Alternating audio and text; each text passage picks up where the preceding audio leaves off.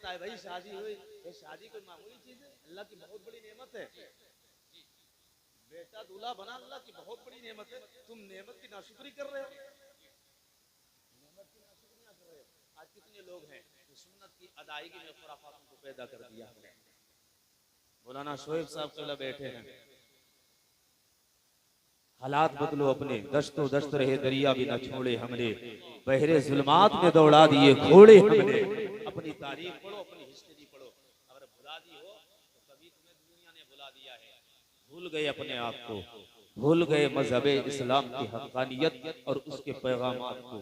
याद करो इस्लाम, मजहब इस्लाम है क्या और इस्लाम की तालीमात है क्या। बानिए इस्लाम मक्का में पैदा हुए और मक्का में जब पैदा हुए, मक्का में आपका अखलाक, आपका किरदार, आपका बोलचाल, आपका बर्ताव, आपका लोगों से मिलना और जुलना, आपका बड़ों से मिलना, बच्चों से मिलना कैसा था। अल्लाह अकबर। मेरे हुजूर मक्के की सरजमीन पर हुजूर की जब आमद हुई है, हुजूर ने अपनी जिंदगी का आगाज किया। ये हुजूर की जाहिरी जिंदगी है। जब मक्के की सरजमीन पर हुजूर जिंदगी गुजारने लगे, 1 साल 2 साल 3 साल 53 साल मेरे हुजूर ने मक्के की सरजमीन पर जिंदगी गुजारी है। लोग कहते हैं इस्लाम फैल कैसे गया, नेट का जमाना नहीं था इस्लाम फैल कैसे गया, यूट्यूब का जमाना नहीं था इस्लाम फैल कैसे गया, फेसबुक का जमाना नहीं था इस्लाम फैल कैसे गया, सोशल मीडिया का जमाना नहीं था इस्लाम फैल कैसे गया। ये आज की कहानी और आज की इजादात है। आज इंस्टाग्राम आया, आज फेसबुक आया, आज फेसबुक आया, सोशल मीडिया आया। इस्लाम उस जमाने में मक्के की धरती पर है। इस्लाम मजहब इस्लाम के बानी जनाब मोहम्मद रसूलुल्लाह ने अपने अखलाक और किरदार का ऐसा अंदाज पेश किया, कसम खुदा की तने तनहा है मेरे नबी अलैहिस्सलाम तने तनहा, वो भी मक्का की सरजमीन पर जब दीन इस्लाम के लिए तबलीग करते हैं, जब अपनी जात को लोगों से मनवाते हैं। अब तवज्जो कीजिएगा, आज दुनिया कहते हैं इस्लाम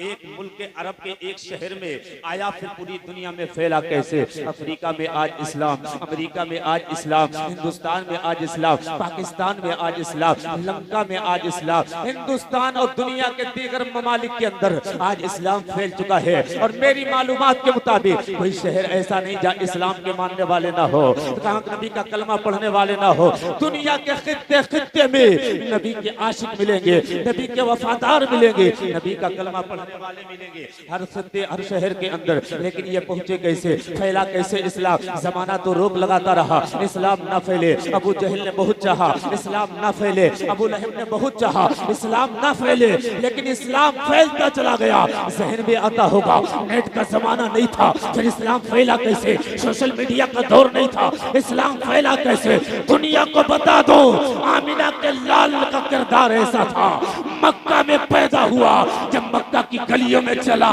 तो इस्लाम चलने लगा। मक्का की गलियों में मुस्तफा का किरदार था, इस्लाम फैलने लगा।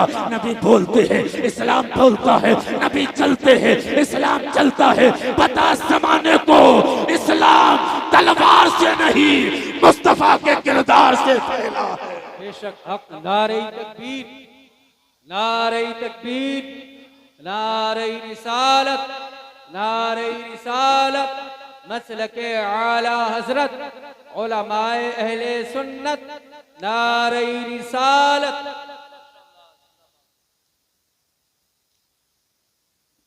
पहला कैसे इस्लाम और अब कैसे इस्लाम से लोग नफरतें कर रहे हैं, क्योंकि हम ही जाके तो शराब के अड्डे में शराब पी रहे हैं, चोरियां तो हम ही कर रहे हैं, शादियों में डीजे हम ही तो बजा रहे हैं। क्या सीख रहे तुमसे लोग। इस्लाम, लोग कहते हैं इस्लाम खतरे में है, इस्लाम खतरे में है। अमेरिका ने निगाह इस्लाम पर बदनिगाही कर दी, इस्लाम खतरे में है। अमेरिका के टारगेट पे इस्लाम खतरे में है। और इजराइलियों ने बम तैयार किए, इस्लाम खतरे में है। मैं कहता हूँ जितना इस्लाम अमेरिका से खतरे में नहीं, इजराइल से खतरे में नहीं, ईसाई से खतरे में नहीं, यहूदी से खतरे में नहीं, जितना अपने से खतरे में है। शराब पी के कहता इस्लाम खतरे में है, चोरी करके कहता इस्लाम खतरे में है, शादियों में डीजे बजा के फिर कहता है इस्लाम खतरे में है। कसम खा के कहता हूँ तुम सुधर जाओ तो इस्लाम आज भी तरक्की करेगा। इस्लाम गैरों से खतरे में नहीं, अपनों से ज्यादा खतरे में। अपनों से खतरे में है। शराब पियोगे इस्लाम तरक्की करेगा? चौराहे पर बैठकर 2-2, 3-3 घंटा लोगों की बुराई करोगे, इस्लाम बढ़ेगा? गीबतें करोगे, इस्लाम फैलेगा? अड्डे पर 4-4 घंटे बैठे रहते, अजान हो नमाज हो कोई फिक्र नहीं है, बस इसकी बुराई करना उसकी बुराई करना, फला ऐसा, ये ऐसा, वो ऐसा, ये मौलवी ऐसा, वो मौलवी ऐसा। तुम गीबत करने नहीं आए, जी जी जी, गीबतों के दरवाजे बंद करने के लिए आए। बेशक बेशक। तो कहते इस्लाम खतरे में, कहना इस्लाम तो खतरे में नहीं है, तुम ही खतरे में हो। जो ये कहना इस्लाम खतरे में, उसको बता देना, पढ़ तो इस्लाम की तारीख और हिस्ट्री पर इस्लाम की। इस्लाम जब मक्के में तने तनहा मेरे आका थे, तब दुनिया ने चाहा था इस्लाम को मिटा दें, बानी इस्लाम को खत्म कर दें, तब इस्लाम ना मिटा, तब इस्लाम ना मिटा। अबू जहल ने चाहा इस्लाम खत्म कर दे, इस्लाम नहीं मिटा। अबू लहब ने चाहा इस्लाम खत्म कर दे, इस्लाम नहीं मिटा। उतबा शैबा ने चाहा इस्लाम खत्म कर दे, इस्लाम ना मिटा। आज दुनिया के हर कोने में नबी का आशिक मौजूद है। याद रखिएगा, जब एक थे तब ना मिटे। फिर हजरत अली ने कलमा पढ़ा, बच्चों में सबसे पहले अली मुर्तजा की साथ है जिन्होंने सबसे पहले कलमा पढ़ा। औरतों में सबसे पहले सैयदा खदीजा ने कलमा पढ़ा, बूढ़ों में सबसे पहले सिद्दीक अकबर ने कलमा पढ़ा, और जवानों में सबसे पहले ज़ैद बिन हारिसा ने कलमा पढ़ा। जब 4 की तादाद हुई तब भी इस्लाम के मुखालिफ डटे रहे, अब इस्लाम को खत्म कर देंगे। 5 हुए, इस्लाम को खत्म कर देंगे। 6 हुए, इस्लाम को खत्म कर देंगे। तादाद 10 को पहुंच जाती है, लोग कहते अब खत्म कर देंगे। तादाद 40 को पहुंची, लोगों ने कहा था अब खत्म हो जाएगा। 40 से 42 हुई, 42 से 80 हुई, 80 से बड़ी 100, 200, 300, 400, तादाद बढ़ती रही बढ़ती रही। जमाना कहने लगा अब रसूलुल्लाह की ज़ाहिरी जिंदगी के बाद इस्लाम खत्म हो जाएगा, इस्लाम मिट जाएगा, इस्लाम खत्म हो जाएगा। कौन आगे इस्लाम लेकर जाएगा, कौन फैलाएगा इस्लाम, कौन इस्लाम की रोशनी को दुनिया में आम करेगा। अल्लाह अकबर। मेरे पैगंबर जब ज़ाहिरी दुनिया से कूच कर गए, लोग समझ रहे थे अब इस्लाम खत्म होगा, लेकिन अल्लाह ने अबू बकर सिद्दीक के सीने को ऐसा कुशादा किया था, अबू बकर सिद्दीक खड़े हो गए, इस्लाम का बाजू थाम लिया। इस्लाम मिटा नहीं, लोग समझ रहे थे सिद्दीक अकबर के बाद इस्लाम मिट जाएगा, हजरत उमर फारूक आजम ने इस्लाम को संभाल लिया। लोग समझ रहे थे अब कौन संभालेगा, अली मुर्तजा ने इस्लाम संभाला, मौला उस्मान गनी ने इस्लाम को संभाला। लोग समझ रहे थे अब इस्लाम खत्म होगा, उमर बिन अब्दुल अजीज ने इस्लाम को संभाला। फिर वो वक्त भी आया, इख्तिदार की हुकूमत पर जालिम बैठ गया, दुनिया यजीद कहती है। लोगों ने कहा था इस्लाम अब खत्म होगा, यजीद कह रहा था इस्लामियात को खत्म करेंगे, इस्लाम को खत्म करेंगे, उन्हें खत्म करेंगे जो इस्लाम के शियार है, इस्लाम की अमानतें हैं। तब मेरा हुसैन मैदान में आया। हुसैन ने कहा था इस्लाम की आबरू बचाने के लिए अगर अली अकबर देना पड़ेगा तो अली अकबर देंगे, इस्लाम की आबरू और इज्जत को बचाएंगे। अली अस्कर देना पड़ेगा, अली अस्कर देंगे, इस्लाम की आबरू को बचाएंगे। वक्त पड़ेगा, हुसैन इब्ने अली अपनी गर्दन देगा और देकर मजहब इस्लाम को बचा लेगा।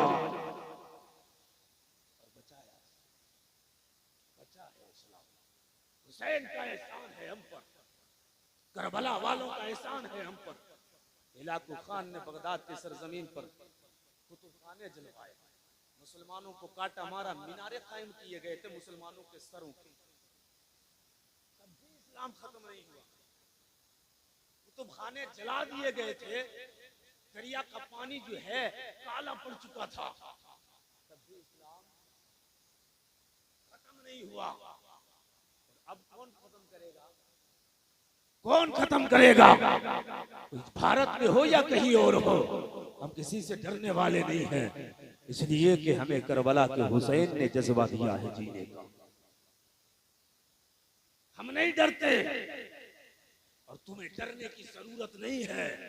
मत डरो जालिम दुनिया से, इसलिए ये दुनिया हमेशा तुम्हें डराने की कोशिशें करती रही। और तुम्हें धमकियां देती रही, तुम्हें खत्म कर देंगे, तुम्हें मिटा देंगे, तुम्हें ये कर देंगे, तुम्हें वो कर देंगे, इसलिए कि तुम्हें कोई मिटा नहीं सकता है। तुम्हारे निगहबान ख्वाजा मोइनुद्दीन है। बेशक हक कौन है? ख्वाजा गरीब नवाज है, तुम्हें कोई मिटा नहीं सकता। भारत की जमीन से हमें कोई निकाल नहीं सकता है, कोई भगा नहीं सकता। जालिमों, मेरी तारीख पढ़ो, जब हम मक्का में ना मिटे तो अब कैसे मिटेंगे? करबला में ना मिटे अब कैसे मिटेंगे? हम बगदाद में ना मिटे अब कैसे मिटेंगे? दुनिया एक प्लेटफार्म पे खड़ी है और मजहब इस्लाम का अकेले एक तरफ खड़ा है, लेकिन हम दुनिया बातिल के सामने चीख चीख कर कहते हैं, दस्तो दस्त रहे, दरिया में ना छोड़े हमने, पहले जुल्मात में दौड़ा दिए। बेशक नारे तकबीर, नारे तकबीर, नारे रिसालत, नारे रिसालत, मसलके आला हजरत, मजहबे इस्लाम, मजहबे इस्लाम, नारे रिसालत। भारत की निगहबानी में है ख्वाजा की, और जो ख्वाजा की निगहबानी में है वो खत्म नहीं होगा, उसे कोई मिटा नहीं सकता है। मेरे ख्वाजा जब आए थे और पानी के करीब में पड़ाव डाला था, साधु आए थे, कहा था बाबा तुम कैसे यहाँ? कहा हम फकीर आदमी हैं, जहाँ चाहते खेमा लगा लेते हैं। कहा बाबा ये राजा के की जगह है और यहाँ साधु लोग आते हैं स्नान करने के लिए, बाबा कहीं और चले जाओ, कहीं और चले जाओ। उठाया गया, दरख्त के करीब में बैठ गए। जब दरख्त के करीब में बैठे तो राजा के ऊंट वहां बैठते थे। आया, राजा के ऊंट बिठाए, गरीब नवाज को उठाया, और जब गरीब नवाज की जगह पर ऊंटों को बिठाया गया तो मेरे गरीब नवाज ने ऊंटों को ऐसा बिठाया, ऐसा बिठाया कि उन्हें गरीब नवाज के हुक्म के बगैर कोई उठा नहीं सकता था। हम बसाए हुए किसी के हैं, हम किसी के विरासत में हैं, हमारा कोई वारिस है, हम तन्हा नहीं है, हमारा वारिस अजमेर का ख्वाजा है। जब अजमेर के ख्वाजा के बिठाए हुए ऊंट को दुनिया हटा नहीं सकती है तो भारत में बसाए हुए मुसलमान को दुनिया खाक भगाएगी। बेशक बेशक बेशक, कोई नहीं भगा सकता, कोई नहीं मिटा सकता है। शर्त ये अपने आप को बदलो, जी बदलो अपने आप को। कुरान कहे वला तहिनु वला तहजनु अंतुमुल आलौना इन कुंतुम मोमिनीन। हाँ, सिर्फ ये ना कहो मिट गए, ये ना कहो बर्बाद हो गए, ये ना कहो इसने लूटा, ये ना कहो उसने लूटा, इसने बर्बाद किया। बर्बाद तो खुद हुए हो, दिल के फफोले जल उठे, सीने के दाग से घर को आग लग गई, घर के चिराग से दूसरे पर इल्जाम तराशी के अलावा कभी गिरबान में मुंह झांक कर देखो, कहीं हम तो खता पे नहीं है, हम तो ऐसे नहीं जो बदकारियों में हमारी जिंदगी गुजर रही है। बदलो अपने आप को। कुरान कहता है बस ना पढ़ो, गम ना खाओ, तुम बुलंद रहोगे, रुतबे तुम्हारा इंतजार कर रहे हैं, बुलंदियां तुम्हें मिलेंगी। शर्त यह है नबी के सच्चे वफादार हो जाओ, नबी के सच्चे आशिक हो जाओ, नबी के सच्चे प्यार करने वाले सच्चे पक्के मोमिन बन जाओ, तो बुलंदियां तुम्हारे आज भी तलबे चूमने के लिए तैयार। थोड़ा अपने आप को भी बदलना पड़ेगा। हाँ, हमारी बारातों में डीजे गाएं, नाचने वालियां आए, उन पे हम नोटों की गड्डियां लौटाएं, पैसा बर्बाद करें, दौलत बर्बाद करें। सच्चे मोमिन हमें बनना पड़ेगा। कैसे? सच्चे मोमिन बनना पड़ेगा। सच्चे मोमिन आप नहीं बनेंगे, ऐसे ही दुनिया जुल्म करती रहेगी, ऐसे ही जुल्म करेगी। और सच्चे बन गए ना तो तुम्हारी जिंदगी में इनकलाब आ जाएगा। बेशक बेशक। तुम्हें मालूम आज लोग ऐसे हैं, दौलत तो बेशुमार है, कारी मिसुर रहमान साहब, लेकिन उन्हें नींद नहीं आती। कुछ दौलत वाले दौलत के इतने नशे में रहते हैं कि वो गरीबों से तो बात ही नहीं करते हैं। दौलत का इतना नशा, अपनी दौलत से जहन्नम खरीदने वाला वो मालदार जो उसी दौलत से गाने की महफिलें सजाता है, डीजे बजवाता है, नाचने वालियां दरवाजों पर बुला बुला के बेहयाई की महफिल कायम करता है। इसी दौलत से जन्नत भी खरीदी जा सकती है और इसी दौलत से जहन्नम को भी खरीदा जा सकता है। अगर दौलत दी है तो लगाना मस्जिद में, लगाओ मदरसे में, लगाओ मौलवी के लिए, लगाओ गरीबों के लिए, लगाओ यतीम के लिए, लगाओ बेवा के लिए। गरीब के देख, गरीब कितने हैं हमारी बस्ती के अंदर, बेवाएं कितनी है हमारी बस्ती के अंदर, इन पे नजर करो। ये दौलत अल्लाह ने दी है, तुम्हारा कुछ नहीं है।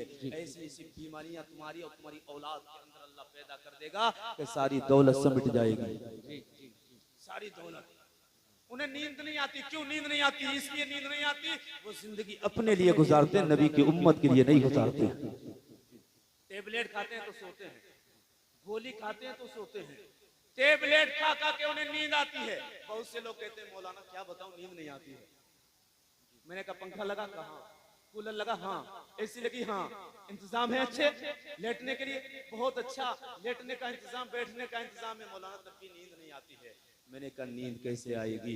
जो हराम के लुक्मे खाएगा उससे चैन की नींद नहीं आया करती है। जो हराम खोरी में जिंदगी गुजारेगा उससे चैन की नींद आया नहीं करती है। चाहे वो विधायक हो या एमएलए या प्रधानमंत्री हो या सीएम, कोई भी नेता हो, कोई भी लीडर हो, कोई भी बादशाह हो, कोई भी हाकिम हो, अगर चैन की नींद लेना चाहता है तो पढ़ उमर फारूक आजम की जिंदगी।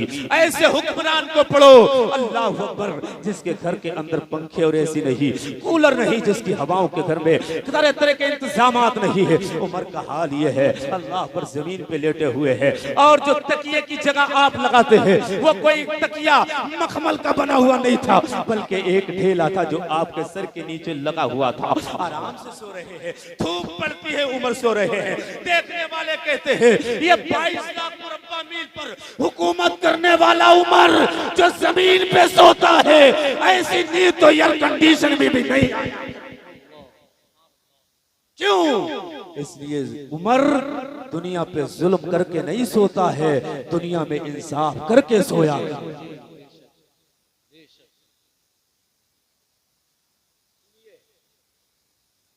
मैं अक्सर कहता हूं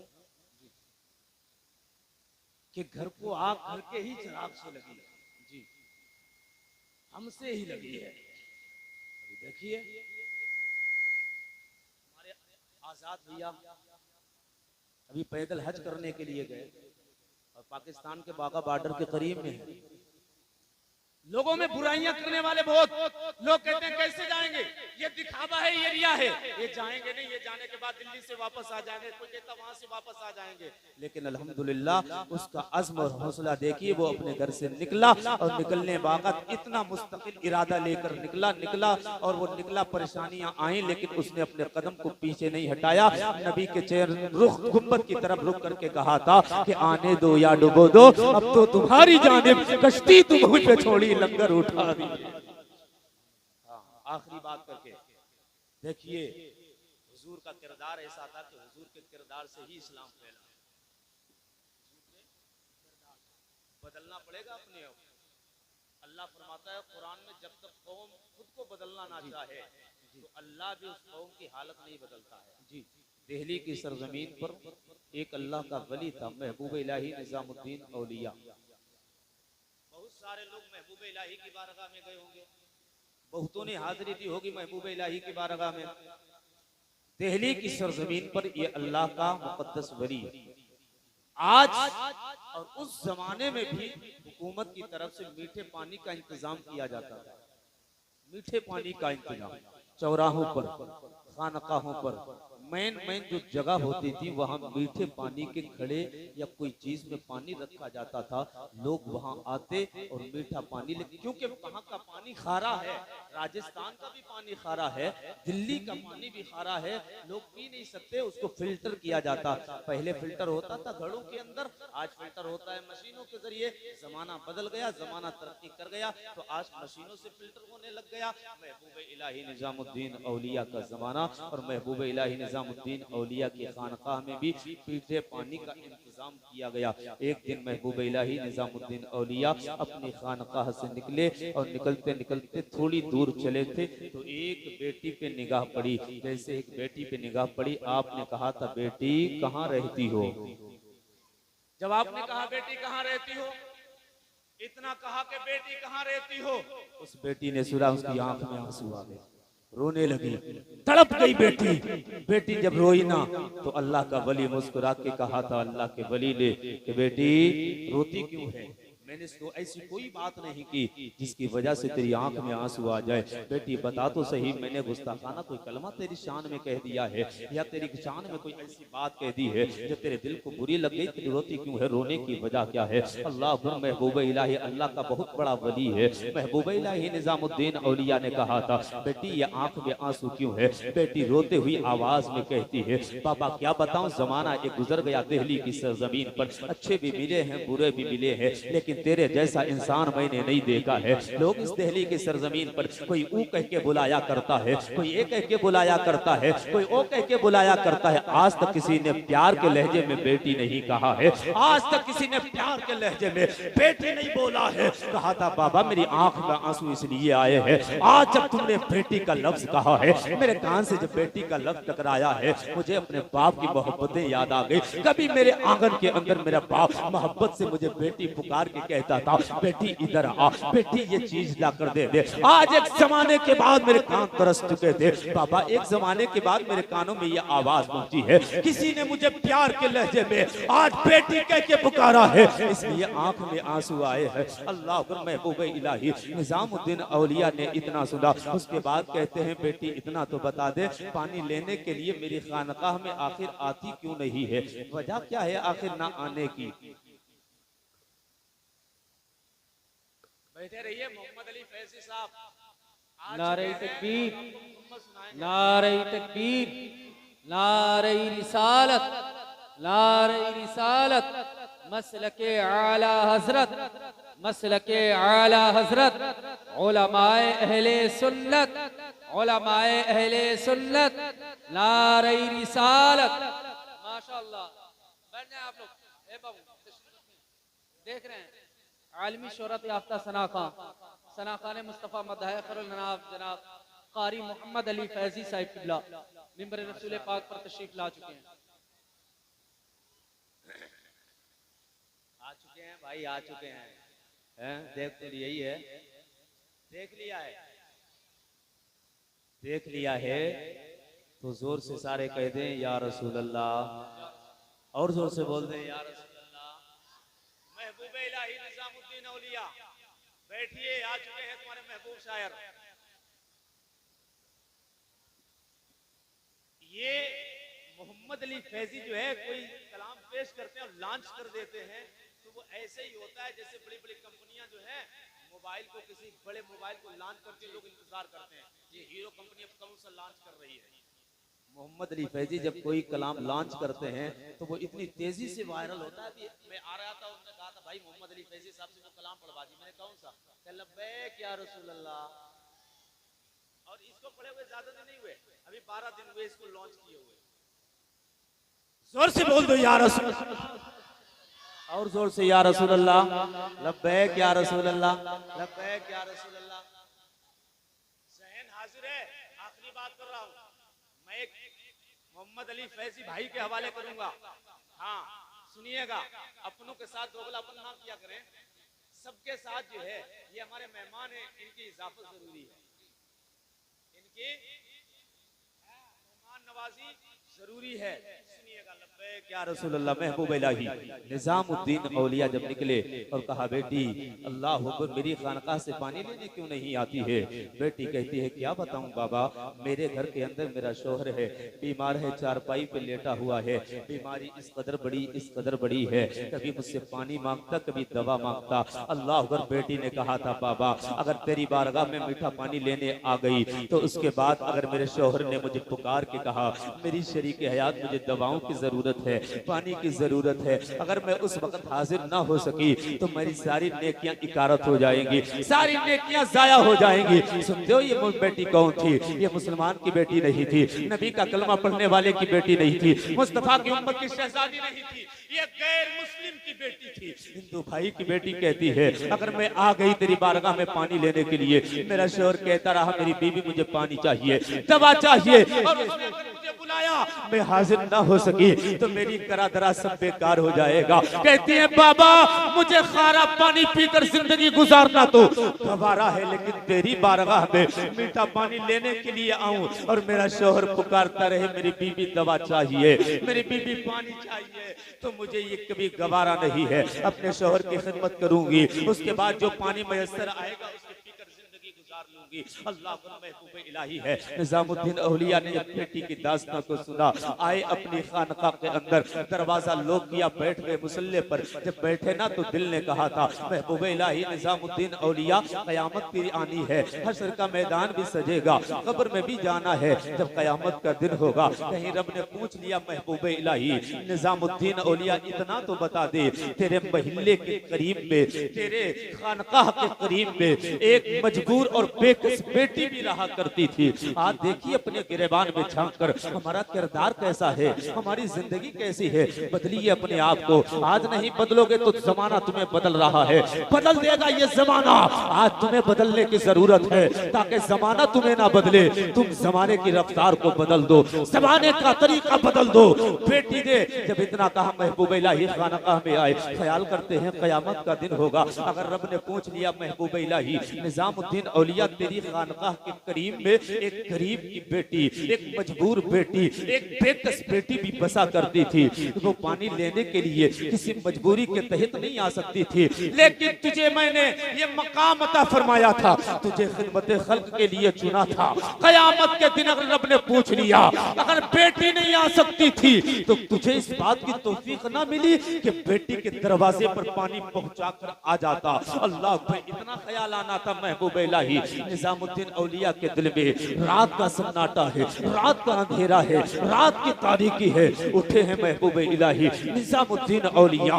किसी को जगाया नहीं, खादिम से नहीं कहा पानी उठाओ, खुसरो को नहीं बोला पानी उठाओ, गुलामों से नहीं कहा पानी उठाओ, बल्कि अल्लाह का वली खुद उठता है, दो घड़े उठाता है। एक घड़ा पानी का उठाया, इस कांधे पे रखा, एक घड़ा उठाया, इस कांधे पे रखा। रात के सन्नाटे में बेटी के दरवाजे के करीब पहुंचा है, दरवाजा आया, दोनों खड़े अपने कांधे से उतारे, उतार के रख दिए, अपनी खानकाह में लौट कर आ गया। सुबह हुई, बेटी ने दरवाजा खोला, क्या देखती है कि बेटी के दरवाजे पर पानी के दो मीठे घड़े भरे रखे हुए हैं। आखिर कौन है जो इतना मेहरबान दिल्ली की सरजमीन पर इतना करम करवाने वाला, आखिर है कौन? आज तक दिल्ली में ऐसा तो कोई ना मिला। रात गुजर गई, बात चली गई, बेटी को ख्याल ये हुआ हो सकता कोई भूले से मेरे दरवाजे पे रख के चला गया हो। दूसरी रात आई है, महबूब इलाही निजामुद्दीन औलिया ने फिर वो दो पानी के घड़े भरे अपने कांधों पे रखे, बेटी के दरवाजे पे रख के चले आए। तीसरी रात आई है, फिर पानी को भरा है, बेटी के दरवाजे पे रख के चले आए। बेटी ख्याल करती है आखिर कौन है जो रात के अंधेरे में आता है और आके पानी रख के चला जाता है, किसी को पता भी नहीं चलता है। चौथी रात आने वाली थी, बेटी ने ख्याल किया आज शब्बेदारी करेंगे, पूरी रात जागेंगे और देखेंगे रात में कौन दिल्ली का वो मर्द कलंदर है, कौन खिदमत खल्क करने वाला है, कौन वो है जो इतना मेहरबान है। पूरी रात बेटी जागती रही, जागती रही। जब रात का आखिरी पहरा आधा हिस्सा गुजरा, बेटी ने दरवाजे पर एक आहट का एहसास किया। करीब आई बेटी दरवाजे के, जैसे ही करीब में आई कुंडी को खोला, क्या देखा? सामने कोई और नहीं था बल्कि दिल्ली का शहंशाह निजामुद्दीन औलिया सामने खड़ा था। गैर मुस्लिम की बेटी ने देखा महबूब इलाही को, कदमों में गिर गई, गिर के कहती है वो दिल्ली के शहंशाह महबूब इलाही अब देर ना करो, हाथ बढ़ाइए, इस्लाम में दाखिल कर लीजिए। मैं समझ गई जब दिल्ली का महबूब इलाही ऐसा है तो मदीने का महबूब खुदा। इस्लाम तलवार से नहीं हमारे अखलाक से फैला है। बदल दो अपना अखलाक। नाचने वालों पर गुड्डियां ना लुटाओ, मुस्तफा की नात पढ़ने वाले पर जो है गड्डियां अदब के साथ, हुजूर का जिक्र करने वालों को। हाँ, अल्लाह ताला हम सबको इस्लाम व सुन्नियत पर अमल करने की तौफीक अता फरमाए, हम सबको नबी का सच्चा पक्का आशिक बनाए। अब आप मेरे बाद आपके महबूब मरवूब शायर मोहम्मद अली फैजी बराऊं